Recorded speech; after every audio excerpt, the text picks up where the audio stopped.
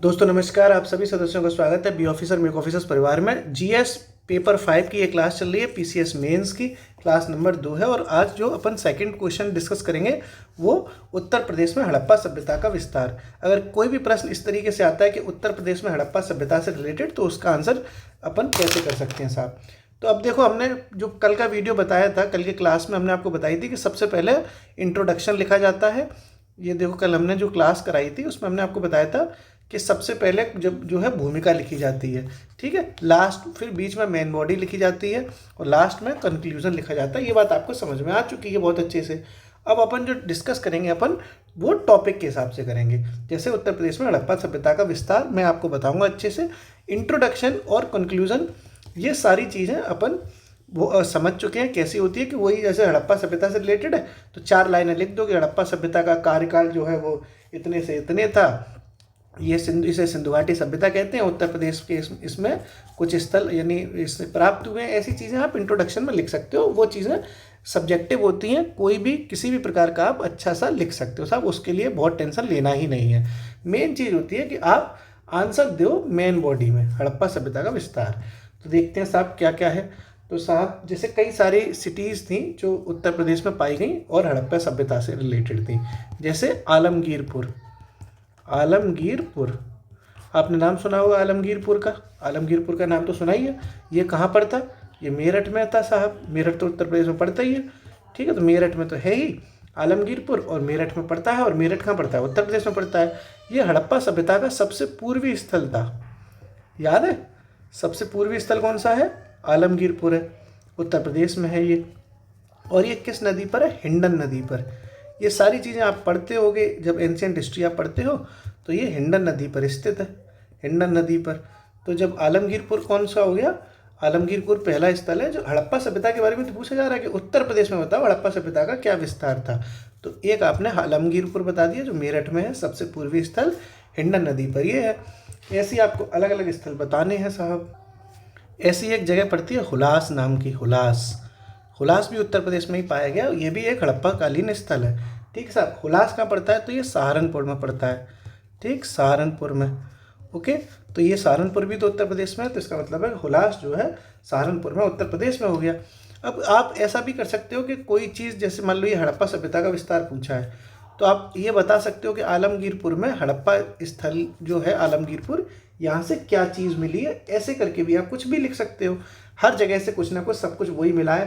कहीं कटोरी मिली है, कहीं बर्तन मिला है, कहीं औजार मिले हैं, कहीं घर मिला है, कहीं कुछ ना कुछ तो हर एक जगह से मिली है।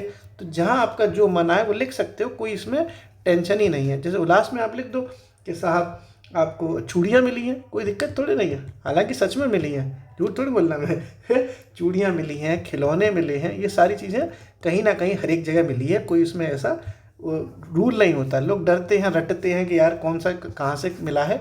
टेंशन ही नहीं है। आप चूड़ियाँ अगर तुम आलमगीरपुर में लिख दोगे तो भी गलत नहीं है, क्योंकि आलमगीरपुर में भी चूड़ियाँ मिली हैं। चूड़ियाँ तो हर जगह मिली है, महिला जहाँ रहती है वह चूड़ियाँ मिलती है, ठीक साहब। ओके, ऐसे ही आप हुलास जो है वो सहारनपुर में है, ये भी उत्तर प्रदेश में ही है। इसी तरीके से एक जगह थी बड़गांव, बड़गांव कहते हैं, कहीं कहीं बड़ा गांव कहते हैं। तो बड़गांव या बड़ा गांव भी, ये भी सहारनपुर में ही मिला है। कहाँ पर? ये भी सहारनपुर में है। ओके, तो ये इसके बारे में भी आपने लिख दिया साहब। यहाँ से आप एक चीज़ बता दो कि यहाँ क्या मिला है, तो यहाँ लिख दो साहब कि यहाँ मनके मिले हैं, बर्तन मिले हैं, ठीक साहब। ये यहाँ से मिले हैं बड़गांव से। ओके, मनके बर्तन ये कहाँ से मिले हैं? बड़गांव से मिले हैं। ऐसे आप हड़प्पा कालीन ऐसे स्थल लिखने हैं जो उत्तर प्रदेश से प्राप्त हुए। ऐसी एक है मानपुरा, मानपुरा भी उत्तर प्रदेश में ही है, ये भी हड़प्पा कालीन स्थल था। ये बुलंदशहर में पड़ता है। कहाँ पड़ता है? बुलंदशहर में। मानपुरा कहाँ है? बुलंदशहर में। यहाँ से भी आप कुछ भी लिख दो। यहाँ से लिख दो साहब ईंटों, कच्ची ईंटों के मकान मिले, या पकी, मतलब कुछ भी लिख दो। वैसे तो कच्ची ईंटों के मकान मिले हैं, ठीक है। तो यहाँ ईंटों के मकान मिले हैं, कच्ची वर्ड भी लगा सकते हो आगे आप, ठीक है साहब। यहाँ लिख सकते हो मानपुरा में कच्ची ईंटों के मकान मिले हैं, कुछ कच्ची ईंटों के मकान मिले हैं। तो ये भी आपने लिख दिया। मानपुरा कहाँ पड़ता है? बुलंदशहर में पड़ता है। इसी तरह से एक दोस्तों एक जगह पड़ती है सनौली, सनौली भी उत्तर प्रदेश में है। और सनौली उत्तर प्रदेश में हड़प्पा कालीन स्थल है। और यहाँ क्या मिला है? पहले तो है ही कहाँ, ये तो बागपत में है। कहाँ है सनौली? बागपत में। यहाँ पे आप कुछ भी लिख दो। मैं आपसे कह रहा हूँ ना कि ऐसा कोई टेंशन नहीं होता कि एक चीज़ एक ही जगह मिली है, वो हर जगह मिली है। ये जो कच्ची ईंट वाली बात है, वो अगर मैं घुसेड़ देता बड़ा गांव में तब भी कोई दिक्कत नहीं थी। ये मेंस है, ये प्री नहीं है कि ये एक ही चीज़ एक ही जगह मिलेगी। ये कच्ची ईंटों के साक्ष्य आपको बड़गांव में भी देखने को मिल जाते हैं। और ये मैं नहीं कह रहा, ये किताबें बोल रही हैं। ऐसा नहीं कि मैं आपको कुछ हवाबाजी बता रहा हूँ कि अरे कुछ भी लिख दो। मैं सच कह रहा हूँ कि कोई ना कोई चीज़ हर एक जगह से मिलती ही है। अब जैसे सनौली है, अब आप यहाँ से आप अगर ये लिख दोगे कि यहाँ कब्रगाह मिला है, क्या मिला है? कब्रगाह, कब्रिस्तान। तो क्या कब्रिस्तान मानपुरा में नहीं होगा? आप बताओ, क्या मानपुरा में लोग नहीं मरते होंगे? बिल्कुल मर जाते होंगे। मरने के बाद क्या हमारी छाती थोड़ी दफना दिए जाएंगे, बताओ, या आसमान में टांग दिए जाएंगे? भाई अगर लोग मरेंगे तो कब्रिस्तान तो होगा ही होगा। तो एक जगह आपने कब्रिस्तान लिखा है, एक आपने कच्ची ईंट लिखी है। ये अलग अलग चीज़ें इसलिए लिखी जाती हैं ताकि एग्जामिनर को देखने में अच्छा लगे। बाकी हर जगह ये सब कुछ चूतिया बनाने की स्कीम होती है। मैं बार बार कह रहा हूँ, अगर चूड़ियाँ यहाँ की जगह यहाँ लिख देते तब भी कोई टेंशन नहीं था। इस तरीके से दोस्तों आपने ये उत्तर प्रदेश के जो है स्थल देखे। एक स्थल और है बहुत बढ़िया, वो है चांदपुर। कौन सा है? चांदपुर। और ये बिजनौर में पड़ता है। ठीक साहब, चांदपुर कहाँ पड़ता है? बिजनौर में। तो चांदपुर डाल के चांदपुर आपने ये लिख दिया। और चांदपुर कहाँ पड़ता है आपका? बिजनौर में पड़ता है। ठीक साहब, तो कहाँ है चांदपुर? बिजनौर में है ये। और यहाँ कहाँ? अब यहाँ पे कुछ लिख दो तांबे के बर्तन मिले। क्या दिक्कत है? सच में मिले हैं और हर जगह से मिलते हैं। क्या तांबे के बर्तन सनौली में नहीं मिले होंगे? बताओ, लोग अगर पानी पियेंगे, खाना खाएंगे तो तांबे के बर्तन तो कहीं ना कहीं मिल ही जाएंगे। क्या ही दिक्कत है?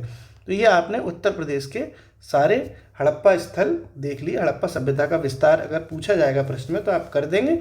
आप इंट्रोडक्शन लिख सकते हैं कि हड़प्पा सभ्यता एक पहली नगरीय सभ्यता थी जिसका कार्यकाल इतने से इतने टाइम तक था। यहाँ पर जो है नगर के बड़े साक्ष्य माले, कुछ भी लिख दो इंट्रोडक्शन में, कोई दिक्कत नहीं है। मेन चीज़ आपको लिखनी थी उत्तर प्रदेश में सभ्यता का विस्तार। तो आलमगीरपुर है जो मेरठ का था सबसे पूर्वी स्थल, हिंडन नदी पे। हुलास पड़ता है वो सहारनपुर में है। बड़गांव है वो सहारनपुर में है। मानपुरा ये भी बुलंदशहर में है। सनौली आपका बागपत में है। चांदपुर आपका बिजनौर में है। और कहाँ से क्या मिला ये तो बस आप चार चीज़ें याद कर लो, कहीं भी कुछ भी लिख दोगे, कोई टेंशन है ही नहीं।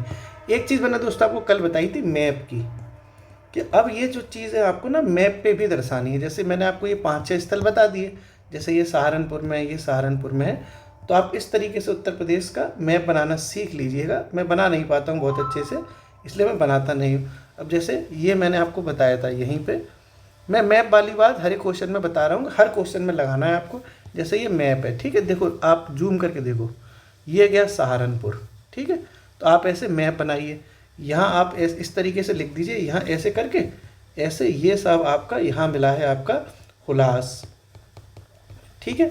इस तरीके से आप लिखोगे, यहीं आप लिख दो यहाँ मिला है आपका बड़गांव, तो ये क्या हो जाएगा? सहारनपुर में है। तो आप जब मैप बना के इस तरीके से बना के आएंगे तो आपको नंबर ज़्यादा मिल जाएंगे। एक एक नंबर की वैल्यू होती है मेंस में, तो ये सब चीज़ें ध्यान रखनी है कि मैप आपको बनाना ही बनाना है। तो अगर इस तरीके का दोस्तों क्वेश्चन आ जाता है कि उत्तर प्रदेश में हड़प्पा सभ्यता का विस्तार के बारे में, या उत्तर प्रदेश में हड़प्पा कालीन स्थलों की चर्चा कीजिए, या कुछ भी ऐसा क्वेश्चन आएगा, तो आप ये पूरा का पूरा कीवर्ड्स लिखाएंगे विद मैप। आपको ये बात याद रखनी है कि मैप आपको अवश्य बनाना है, ठीक साहब। कोई इसमें टेंशन पालनी ही नहीं है कि मैप ना बनाओ, ओके। मैप बना ही देना भैया, कहाँ चले गया? मैप ज़रूर बना देना, ओके। आगे बढ़ते हैं अपन लोग। अगली चीज़, ये प्रश्न नंबर 2 हो गया। अब अपन डालते हैं प्रश्न नंबर 3, ठीक है। मेंस की क्लास है दोस्तों। ये मेंस आपको एसडीएम बनना है, आपको डीएसपी बनना है, आपको तहसीलदार बनना है, आपको एआरटीओ बनना है, ठीक है। कोई मजाक चल रहा है क्या? कोई मजाक नहीं चल रहा। आपको ऐसी ऐसी पोस्ट मिलेंगी कि आपकी ज़िंदगी तो बदलेगी, आपके साइंस से जनता की ज़िंदगी भी बदलेगी। तो अब आपको मेंस की क्लास में मैच्योरिटी थोड़ी सी रखनी पड़ेगी। प्री की जब मैं क्लास कराता हूँ तो मैं हंसी मजाक भी करता हूँ और इसमें भी करूँगा, लेकिन जब आप मेंस का कंसेप्ट पढ़ रहे हैं, कॉन्सेप्ट समझ रहे हैं, तो आप अपने दिमाग के सारे ढक्कन खोल लेना, तभी आप मेंस में अधिकारी बन पाएंगे। यहाँ पर आपको हर तरीके से सोचना है, समझना है, याद भी करना है और अपने दिमाग की क्षमताओं को आगे भी बढ़ाना है, ठीक साहब। अगले प्रश्न पर समझते हैं। अगला प्रश्न जो है वो ये है कि अगर आपको यूपी के बारे में प्राचीन इतिहास पढ़ना है, ठीक है, यूपी के प्राचीन इतिहास के बारे में जानकारी लेनी है, मान लो ठीक है, यूपी के प्राचीन इतिहास के बारे में जानकारी लेनी है तो कहाँ से लोगे, यानी क्वेश्चन इस तरीके से है कि यूपी के प्राचीनतम इतिहास के अध्ययन के स्रोत क्या हैं ये बताओ, अध्ययन के स्रोत क्या हैं ये बताइए। अगर इस तरीके से क्वेश्चन आता है कि उत्तर प्रदेश के प्राचीन इतिहास के अध्ययन के लिए किस प्रकार के स्रोतों का प्रयोग किया जा सकता है, या कौन कौन से वो स्रोत हैं जहाँ से उत्तर प्रदेश के प्राचीन इतिहास का अध्ययन किया जा सकता है, तो आप इस पर विस्तृत चर्चा करिए।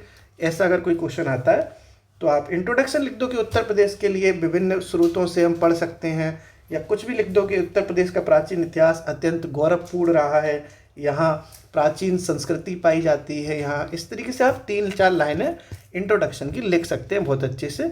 धीरे धीरे आप जब लिखेंगे, इसके लिए मैं आपसे सबसे अच्छा कह रहा हूँ कि इंट्रोडक्शन के लिए आप PYQ का जो PYQs हैं मेंस के, उनके आप सॉल्यूशन देख लो। एक ऐसी किताब खरीद लेना, या आप चैट जीपीटी का सहारा लेके, जैसे भी आपको सही लगे कि आप पुराने पेपर देख लोगे तो आप मेंस के जो है तो आपको समझ में आ जाएगा कि इंट्रो कैसे लिखा जाता है।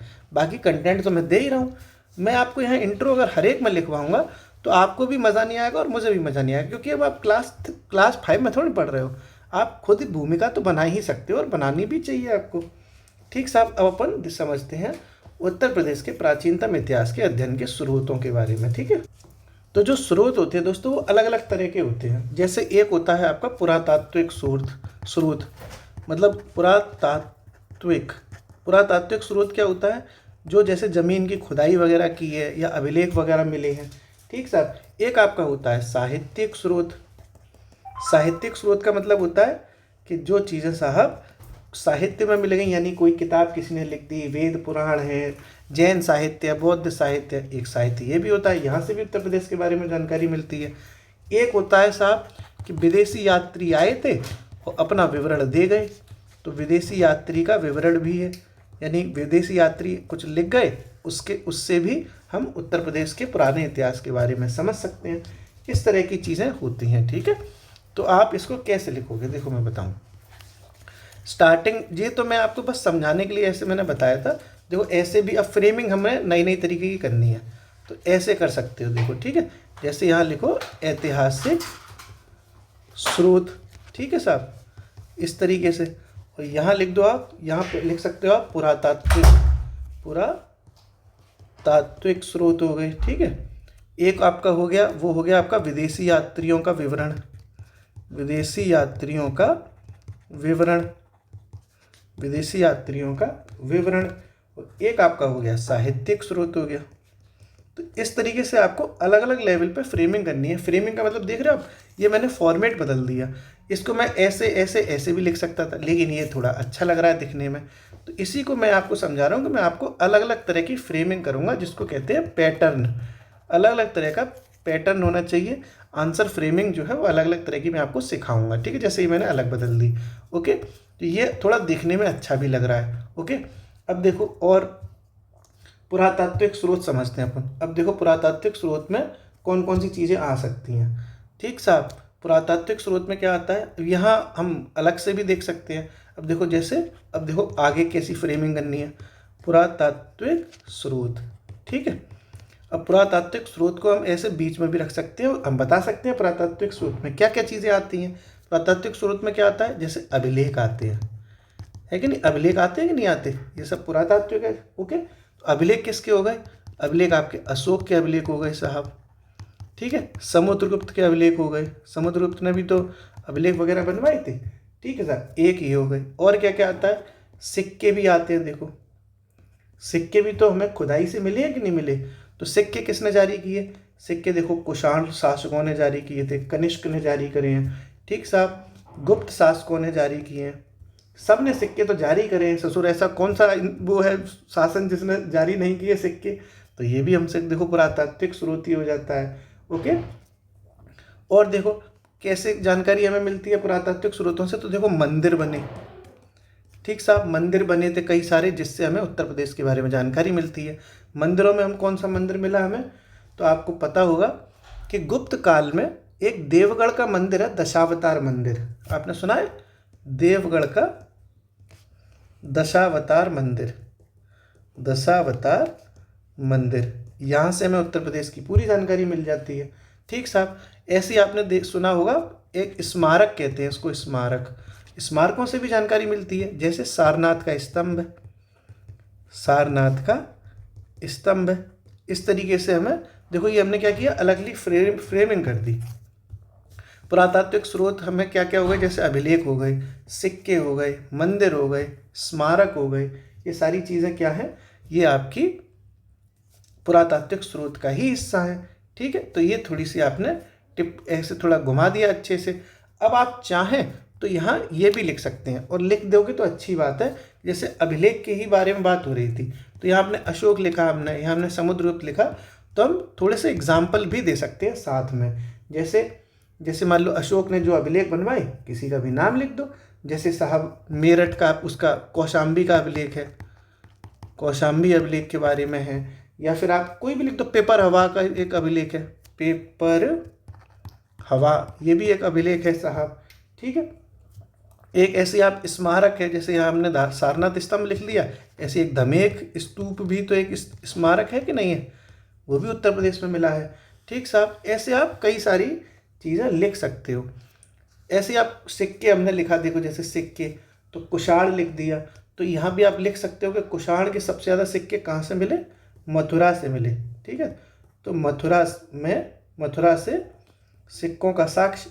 इस तरीके से अगर आप जब लिखोगे ना, तो अलग से आपका आंसर दिखाई देगा और प्रमाणित भी हो रहा है, मथुरा से सिक्कों का साक्ष्य। ऐसे आप लिखोगे दोस्तों तो अच्छे नंबर मिलेंगे। अगर यही चीज़ अगर आप पैराग्राफ में लिख दोगे तो घंटा आपको नंबर नहीं मिलेंगे, क्योंकि पैराग्राफ तो अब टीचर पढ़ना ही नहीं चाहता। तो पुरातात्विक स्रोतों के बारे में आपने लिख दी, अभिलेख लिखी है, सिक्के हो गए, ठीक, मंदिर हो गया, स्मारक हो गए, आपने एक दो सबके एग्जाम्पल भी दे दिए। ठीक है, अब मैंने क्या बताया था, पुरातात्विक स्रोत हो गया। अब हमने विदेशी यात्रियों का विवरण देखना है, तो विदेशी यात्रियों का विवरण भी आप सेम ऐसे ही लिख सकते हो। ऐसे लिखो, एक गोला सा बनाओ, उसमें लिखो विदेशी यात्रियों का विवरण। ठीक है साहब, तो आपको ये बात समझनी है दोस्तों कि हम मेंस दे रहे हैं, हम कोई प्री नहीं दे रहे कि हमें सारी कथाएं याद करनी है। मेंस में हमें सिर्फ उतना समझना है जितना जरूरी है। क्वेश्चन क्या था, प्राचीनतम इतिहास के, उत्तर प्रदेश के प्राचीन इतिहास के अध्ययन के स्रोत के बारे में टिप्पणी कीजिए। तो आपने इंट्रोडक्शन के बाद ऐसे लिखा कि इंट्रोडक्शन में ये भी लिख सकते हो कि उत्तर प्रदेश के प्राचीनतम इतिहासों के स्रोतों का अध्ययन करने के लिए 3 आधार मुख्य हैं, पुरातात्विक स्रोत, विदेशी यात्रियों का विवरण और साहित्यिक संदर्भ। अब आप मेन बॉडी में आपने ये लिख दिया कि पुरातात्विक स्रोत कौन कौन से हो गए। अब आप मेन बॉडी में विदेशी यात्रियों के विवरण के बारे में थोड़ा सा लिख दो। जैसे विदेशी यात्री कौन आए थे, आप सोचो कौन आया है, चाइना से आए कि नहीं आए। ठीक है, बताओ कौन आया है। देखो फाहियान आया है, आया कि नहीं आया, बताओ, फाहियान आया साहब। ऐसी और कौन आया है, हुएनसांग, नाम सुना आपने, हुएनसांग आए, बताओ है कि नहीं। ऐसे ही आपने सुने होंगे इब्ने बतूता आए, बताओ कि नहीं सुने क्या, इब्ने बतूता आए हैं। और भी देखो आप, ऐसे बहुत आए थे, अलबरूनी आया था कि नहीं आया था, बिल्कुल आए थे साहब, अलबरूनी आए। और भी तमाम ऐसे यात्री आए, ओके, जिनके बारे में आप लिख सकते हो। इसमें कोई भी ऐसी चीज़ें टेंशन नहीं होती हैं कि आपको कोई भी दिक्कत आए, ओके, ऐसे आप लिख सकते हो। और भी तमाम आए, लेकिन मेरा मानना है कि थोड़ा थोड़ा लिखो, लेकिन पूरा कर दो, छूटना नहीं चाहिए कि आपने एक तो बहुत अच्छा लिख दिया और एक बहुत ख़राब लिख दिया। फाहियान आया, हुएनसांग आए, इब्ने बतूता आए, अलबरूनी आए, ऐसे आपने विदेशी यात्रा का विवरण कमेंट कर दिया। इनसे हमें जानकारी प्राप्त होती है साहब। ठीक है, जैसे मान लो कैसे जानकारी प्राप्त होती है, अगर आप चाहें तो लिख सकते हैं, हुएनसांग ने जो है वो धार्मिक विवरण दिया। हुएनसांग ने बताया था कि साहब इलाहाबाद में हर्षवर्धन, हुएनसांग ने बताया था कि नहीं बताया था, आपको पता है। हुएनसांग जो है एक वो था, यात्री था जो हर्षवर्धन के कार्यकाल में आया था।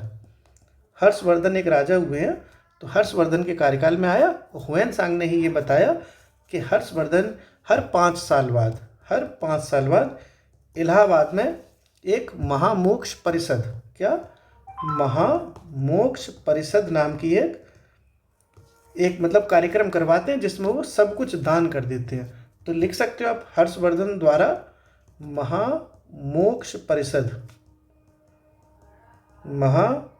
परिषद के आयोजन का विवरण, ये किसने दिया है, ये दिया है हुएन ने। आप चीज़ें ऐसे शॉर्ट में लिखो तो आपको नंबर मिलेंगे। इब्ने बतूता ने क्या बताया है साहब?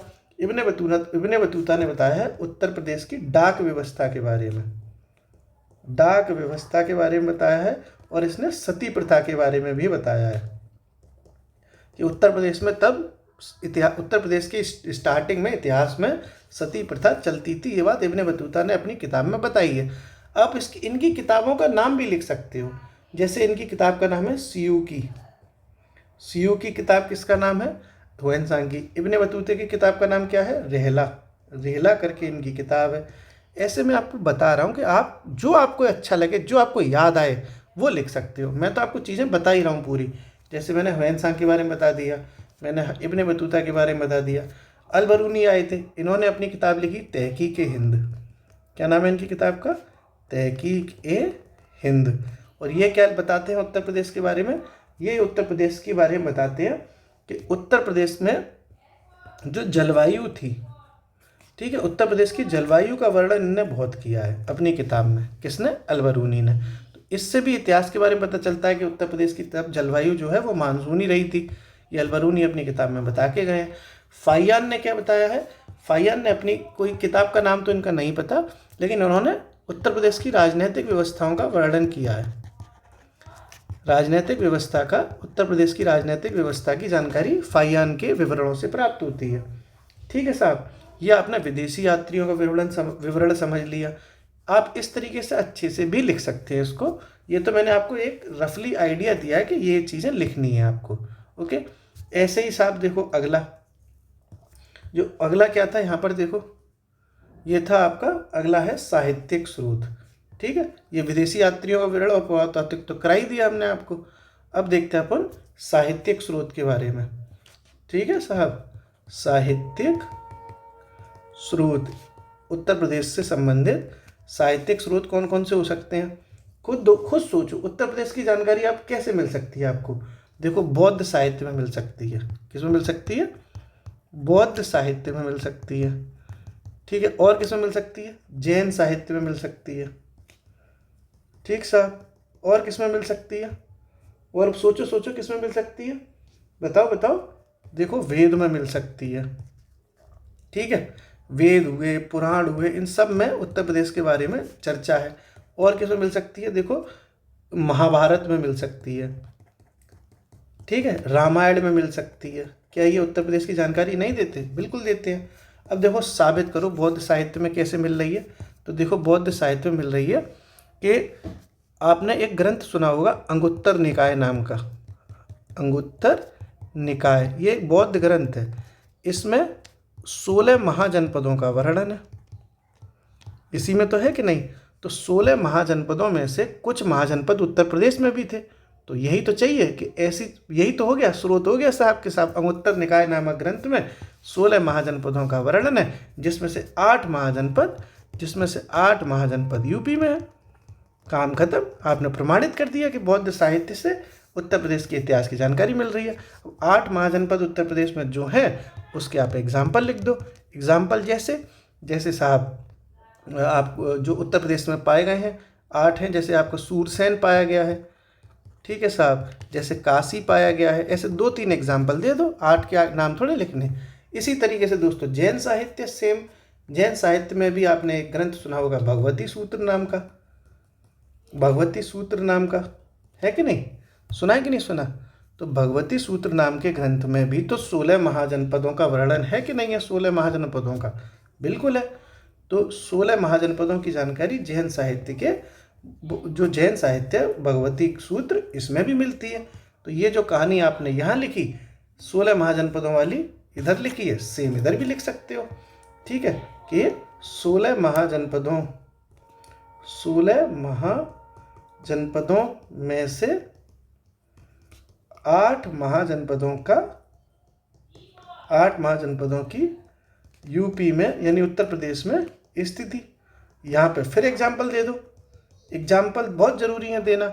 अब जैसे आपने यहाँ तो बौद्ध साहित्य से 2 एग्जाम्पल यहाँ दे दिए, यहाँ दूसरे कोई से और दे दो। जैसे आप दे सकते हो जो आपकी जो इच्छा है।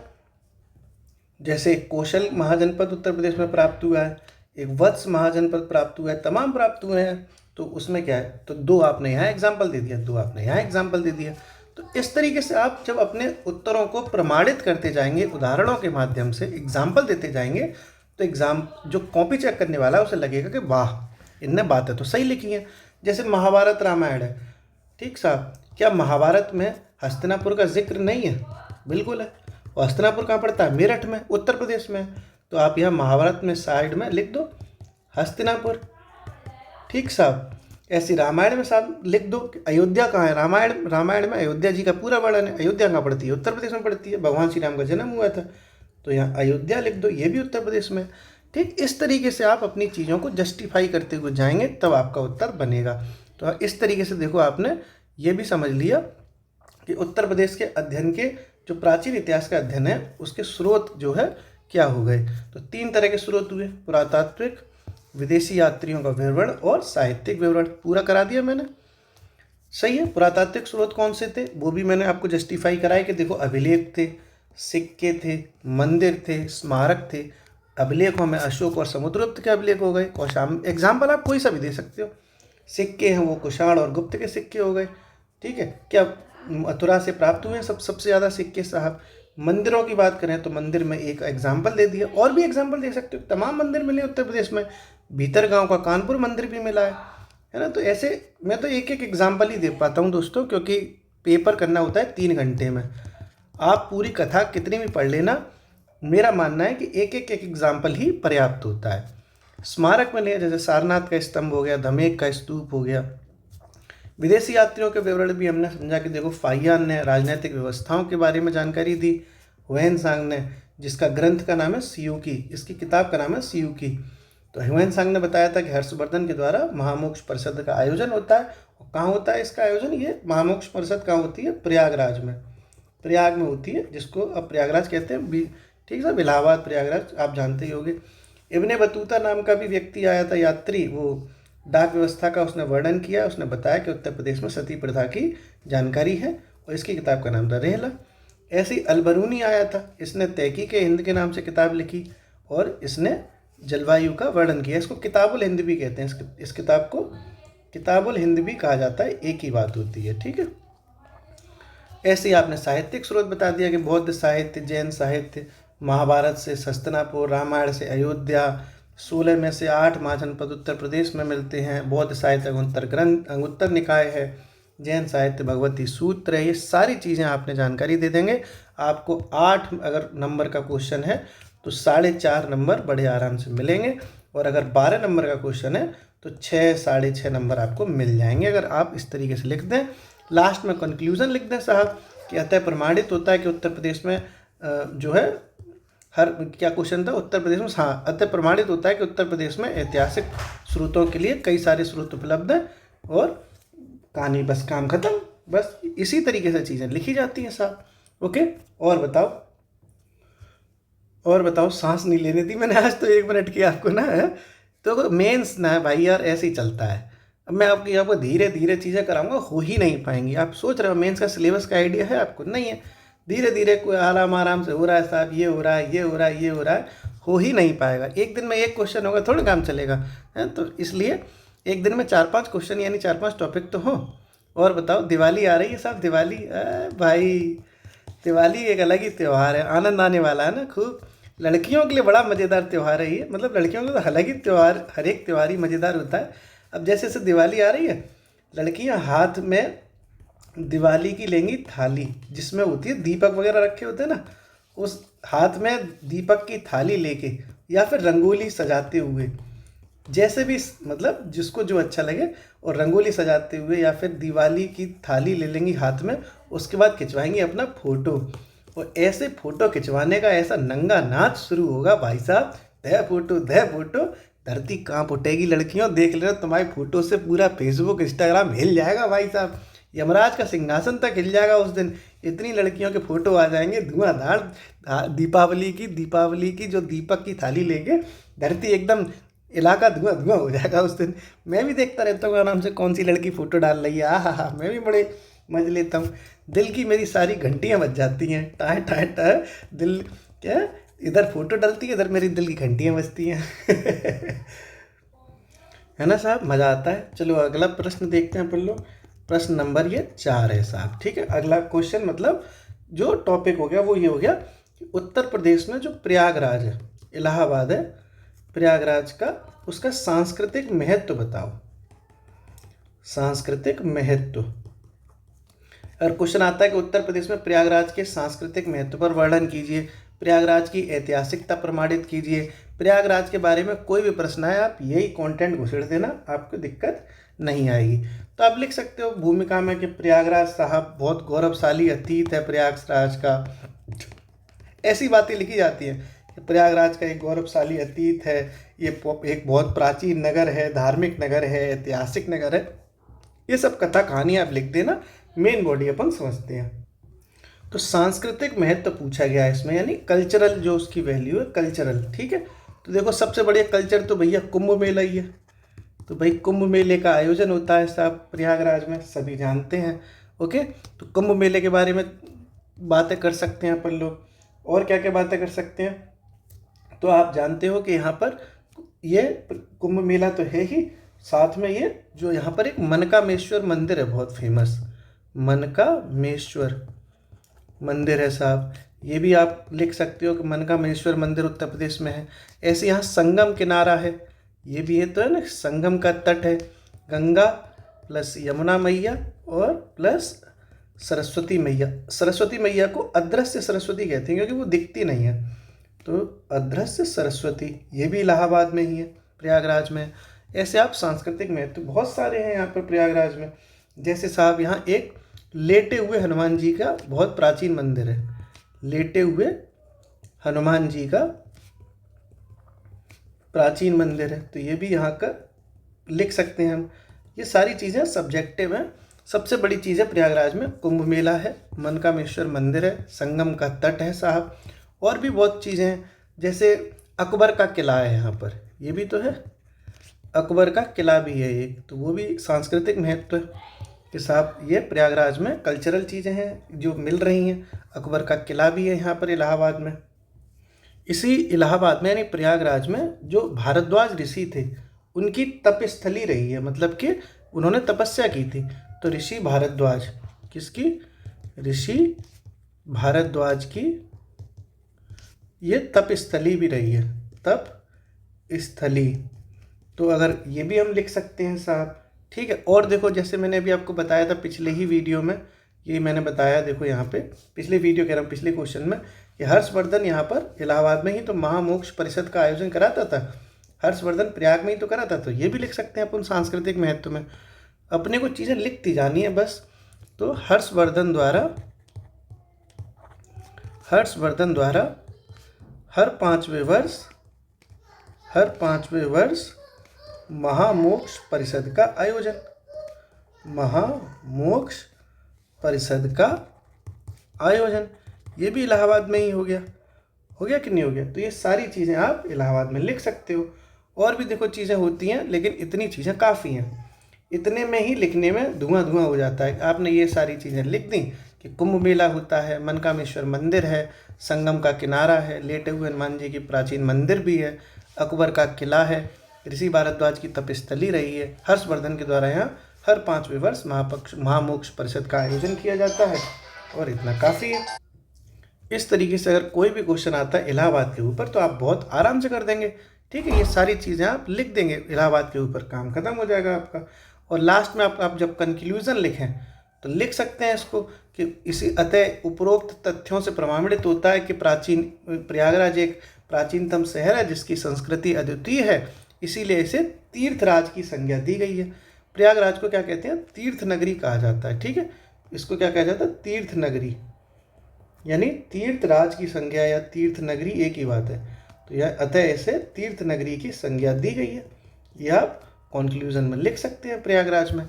ये आपने प्रयागराज समझ लिया साहब। तो इलाहाबाद में भी धुआं मचा दिया हमने, और सब बढ़िया चल रहा है, बोर तो नहीं हो रहे तुम। देखो मेंस के सिलेबस में ये बात तो सच है कि हमें बहुत कुछ सीखने को मिलेगा नया, लेकिन ये कई लोगों के लिए बोरिंग होगा क्योंकि उन्हें ना मतलब मजबूरी में पढ़ाई करनी पड़ रही है। जिन लोगों को मजबूरी में पढ़ाई करनी पड़ रही है उन्हें लगता है मेंस का सिलेबस बोरिंग। और हम जैसे जैसे हम जब तैयारी करते थे या हम अभी भी पढ़ते हैं तो हम पढ़ते हैं इंटरेस्ट के साथ कि मज़ा आ रहा है साहब, कुछ नया सीखने को मिल रहा है। आहा, ये पता चला कि ऋषि भारद्वाज की यहाँ पे जो है जवानी बीती थी। तो ऐसी चीज़ें आप इंटरेस्ट के साथ करते जाओ तो आपको ज़्यादा अच्छा लगेगा। नहीं बोर होके करोगे, आपको बनना है एसडीए में तो घंटा नहीं बन पाओगे। जब तक रुचि नहीं आएगी तो आप कैसे बन जाओगे। जैसे आपको मान लो गाड़ी चलाना सीखना है, आपको कार चलानी है, आपका इंटरेस्ट ही नहीं है कि मैं कैसे कार चलाऊँ, आपको रुचि नहीं आ रही है तो आप कार चलाना सीख ही नहीं पाएंगे। लेकिन अगर आपको इंटरेस्ट है कार चलाने में तो आप 4 दिन में सीख जाएंगे। तो सारा खेल रुचि का होता है, इंटरेस्ट का होता है। इंटरेस्ट लो आप। देखो इलाहाबाद के बारे में हमने इतनी अच्छी अच्छी चीज़ें जान ली, तो ऐसे आप बनाते चले जाओ, अपने नोट्स लिखते चले जाओ। एक बार जब आपके नोट्स बन जाएंगे, दुनिया की कोई ताकत नहीं है कि आपको वो फेल कर पाए। तो प्रयागराज पर कोई भी क्वेश्चन आएगा तो आप लिख दोगे ये सारी चीज़ों के बारे में, आपको नंबर मिल जाएंगे साहब। ये देखो आप सोचोगे ना ये सारी चीज़ें नॉर्मल हैं। दोस्तों जब आप मेंस लिखोगे ना, आपको याद ही नहीं आएगा कि मैं क्या लिखूं, आपकी खोपड़ी चलेगी नहीं। इसीलिए मैं कह रहा हूँ एक जगह लिख लो और इसी को बार बार रिवाइज करो। अगला देखते हैं अपन इसी तरह से अगला प्रश्न नंबर 5। और प्रश्न नंबर 5 हमने रखा है बनारस के बारे में। वाराणसी के ऊपर अगर कोई क्वेश्चन आता है कि वाराणसी का सांस्कृतिक महत्व बताओ साहब, वाराणसी का सांस्कृतिक महत्व पर चर्चा कीजिए। अगर इस तरीके का कोई क्वेश्चन आता है कि बनारस के बारे में कोई क्वेश्चन आता है कि बनारस की प्राचीनतम ऐतिहासिकता प्रमाणित कीजिए, उत्तर प्रदेश के बनारस के महत्व को प्रमाणित कीजिए, बनारस पर संक्षिप्त टिप्पणी करिए, वो सारी चीज़ें यहाँ हो जाएंगी। ठीक साहब, तो बनारस भी समझ लेते हैं। तो बनारस के बारे में एक प्रसिद्ध कथन है दोस्तों, वो आप ज़रूर लिखना और वो आप भूमिका में ही लिख देना, इंट्रोडक्शन में ही लिख देना। एक विद्वान हुए थे, उनका नाम है मार्क ट्वेन। मार्क ट्वेन नाम है उनका। मार्क ट्वेन ने बहुत अच्छी बात कही है बनारस के बारे में। इन्होंने कहा था कि जो बनारस है ना, बनारस वो इतिहास से भी पुराना है, इतिहास से भी पुराना है। ये बात बहुत अच्छी लगी मुझे, तो मैं आपको बता रहा हूँ। और परंपरा जो होती है, परंपरा, ठीक है, परंपराओं से भी वो प्राचीन है। इतिहास से पुराना है, परंपरा से प्राचीन है। ये बात किसने कही थी? मार्क ट्वेन ने, बनारस के बारे में। बहुत अच्छी स्टेटमेंट लगता है मुझे, तो आप भी लिख लो इस स्टेटमेंट को कि मार्क ट्वेन ने कहा था कि, यानी मार्क ट्वेन के अनुसार वाराणसी यानी बनारस इतिहास से भी पुराना है। पुराना क्यों कहते हैं? पुरातन। इतिहास से भी पुरातन है, इतिहास से भी पुरातन और परंपराओं से भी प्राचीन है, परंपराओं से भी प्राचीन है। क्लियर है? समझ गए आप? ये बात किसने कही है? मार्क ट्वेन ने। मार्क ट्वेन बोल के गए कि बनारस इतिहास से भी पुरातन और परंपराओं से भी प्राचीन है। कितनी अच्छी बात है। आप अगर ऐसे स्टेटमेंट लिखेंगे तो भाई पढ़ने वाले को लगेगा वाह मज़ा आ गया साहब, हा है। तो वही मज़ा तो आना चाहिए, तो मज़ा हम दिलवा रहे हैं साहब। तो ये हम बनारस के बारे में अब समझेंगे थोड़ा सा, सांस्कृतिक उसका महत्व। ठीक साहब, तो अपन ने ये स्टेटमेंट समझ लिया। अब देखो, हमने जब पिछली बार बनारस इसका प्रयागराज का समझा था तो हमने ऐसे ऐसे सिंपल लिख दिया, ये चीज़ें वो सिंपल लिख दी हमने। अब फ्रेमिंग हमें करनी है। मैंने आपको बताया था ना, मैं अलग अलग तरीके से आपको फ्रेमिंग बताऊंगा। अब मैं फिर बता रहा हूँ, तो आप डालना हेडिंग यहाँ से सांस्कृतिक महत्व। ओके, अब कैसे फ्रेमिंग की जाएगी? तो देखो ऐसे फ्रेमिंग करो, यूं यूं यूं यूं यूं और यूं, इस तरीके से भी कर सकते हो। अलग अलग तरह से हमें फ्रेमिंग करनी है। फ्रेमिंग जितनी आपकी डिफरेंट रहेगी, इनोवेटिव रहेगी, उतने नंबर आपको ज़्यादा मिलेंगे। ये बात सत्य है। तो सबसे पहले आप जानते ही हो कि यहाँ पर काशी विश्वनाथ बाबा का, भोले बाबा का मंदिर है। तो बनारस के बारे में कहा जाता है कि ये भगवान शंकर के त्रिशूल पर बसी है। ठीक है, तो भगवान शंकर के त्रिशूल पर बसी नगरी है ये। तो भगवान शंकर के त्रिशूल पर बसी है, ऐसा कहा जाता है। ये इसका एक सांस्कृतिक महत्व है। ठीक है, गंगा नदी के तट पर है, ये भी याद तो एक है ना, पवित्र गंगा के तट पर है साहब, ये भी इसका सांस्कृतिक महत्व है। इसी तरीके से और देखोगे तो आपको यहाँ पता चलेगा कि यहाँ देखो बुद्ध भगवान भी रहे, जैन तीर्थंकर पार्श्वनाथ है ना, जैन तीर्थंकर पार्श्वनाथ उनकी भी है जन्मस्थली है। तो बुद्ध, ठीक है, तो बुद्ध और जैन दोनों का संबंध हो गया। ठीक है साहब, बुद्ध और जैन का संबंध। और यहाँ पे आप लिख सकते हो ब्रैकेट में पार्श्वनाथ की जन्मस्थली। ये भी तो बनारस में ही पार्श्वनाथ भगवान का जो जन्म है, वो 23वें तीर्थंकर, जो जैनों के 23वें तीर्थंकर हैं, उनका वो क्या है, जन्म स्थल है बनारस में। इसी तरीके से आप और जब चीज़ें देखोगे तो आपको पता चलेगा सांस्कृतिक महत्व में। यहाँ BHU का कैंपस है, बनारस हिंदू जो यूनिवर्सिटी है उसका कैंपस भी तो यहीं पर है बनारस में। ये भी देखो अच्छी चीज़ है। ऐसे ही देखो काशी विश्वनाथ का मंदिर है, काशी विश्वनाथ जी का मंदिर है, वो भी बनारस में है कि नहीं। देखो और चीज़ें क्या क्या है, तो 16 जो महाजनपद हुए थे, 16 महाजनपद हुए थे, उसमें से भी तो एक बनारस था कि नहीं था। तो 16 महाजनपदों में से एक, ये भी तो इसकी प्राचीनता है कि नहीं है। बिल्कुल है साहब, ये भी आपने समझ लिया। और देखो देखो और क्या क्या चीज़ें हैं सांस्कृतिक महत्व में। अब देखो मान लो आपका ये यहाँ पे इस तरीके से पेज आपका भर जाता है, आपको लग रहा है कि अभी मेरे पास पॉइंट्स और सारे हैं, 3-4 पॉइंट और हैं, तो क्या करना होता है दोस्तों, फिर से आप, मान लो आपको फिर से लग रहा है कि अभी मेरे पास पॉइंट्स और हैं लेकिन यहाँ पेज भर गया, सेम आपको फिर से वही चीज़ करनी है। फिर यहाँ पे लिखो साहब, यहाँ पर आपको हेडिंग डालने की ज़रूरत नहीं पड़ेगी। जैसे मान लो सांस्कृतिक महत्व, यहाँ जो हेडिंग डाली है वो यहाँ नहीं डालनी, आप ऐसे फिर से ऐसे ऐसे फिर से आपको लगता है कि अभी मैं 3-4 पॉइंट और दे दूंगा, तो फिर ऐसे पॉइंट्स बना दो। अब जैसे और पॉइंट भी लिख सकते हैं कि बनारस में साहब क्या होता है, देव दिवाली होती है बहुत अच्छी।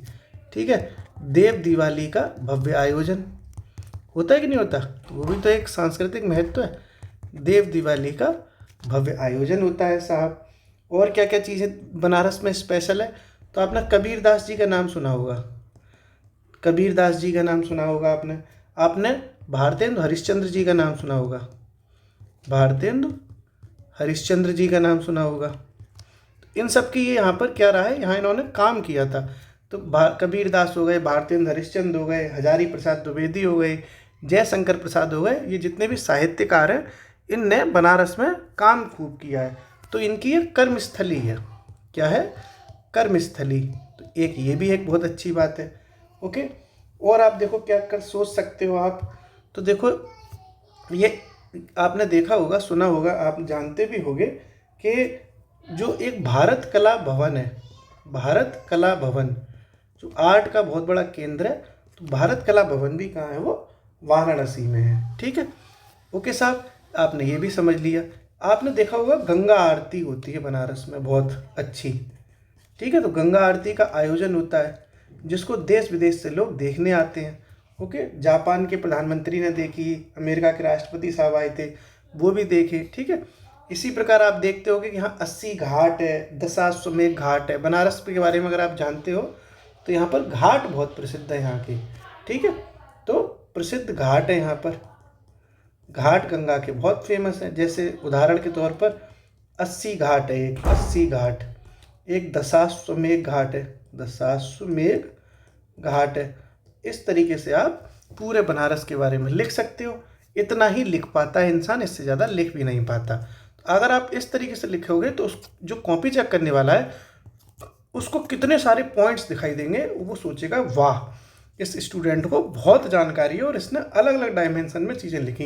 इसने बुद्ध के बारे में, जैसे यहाँ तो लिख दिया हमने जैन का तो पार्श्वनाथ का जन्म स्थल है, तो बुद्ध के बारे में क्या चीज़ आपको पता है, बुद्ध के बारे में आपको पता है सारनाथ स्तंभ कहाँ है, बनारस में ही तो है, और बौद्ध धर्म से संबंधित है वो। तो सारनाथ स्तंभ कहाँ है, बनारस में है। तो ये भी आपने देख लिया। मतलब आप जो कॉपी चेक करने वाला है ना, उसको लगेगा यार इसने एक एक चीज़ के बारे में जानकारी दी है, और वो आपको 12 में से 6 या 7 नंबर दे देगा। बस आपको एक ही चीज़ याद रखनी है दोस्तों कि स्पेशल कुछ लिखें, आप घटिया सड़ी सड़ाई बातें नहीं लिखें। जैसे ये मार्क ट्वेन का स्टेटमेंट हो गया, मैंने जो महत्व तो बताया वो एक एक चीज़ आप देख लो। पॉइंट आपकी, ये पॉइंट अगर आप लिख आए तो परफेक्ट नंबर मिलेंगे, दुनिया की कोई ताकत ही नहीं है आपको रोक पाए। दोस्तों मेरा जो ये आईपैड है वो 2% रह गया, नहीं तो मैं 2 क्वेश्चन और कराता, फालतू में ये स्विच ऑफ हो जाएगा। इसलिए फ़िलहाल इस वीडियो में इतना ही, फिर से मुलाकात होगी। हंसते रहिए, पढ़ते रहिए, शुक्रिया।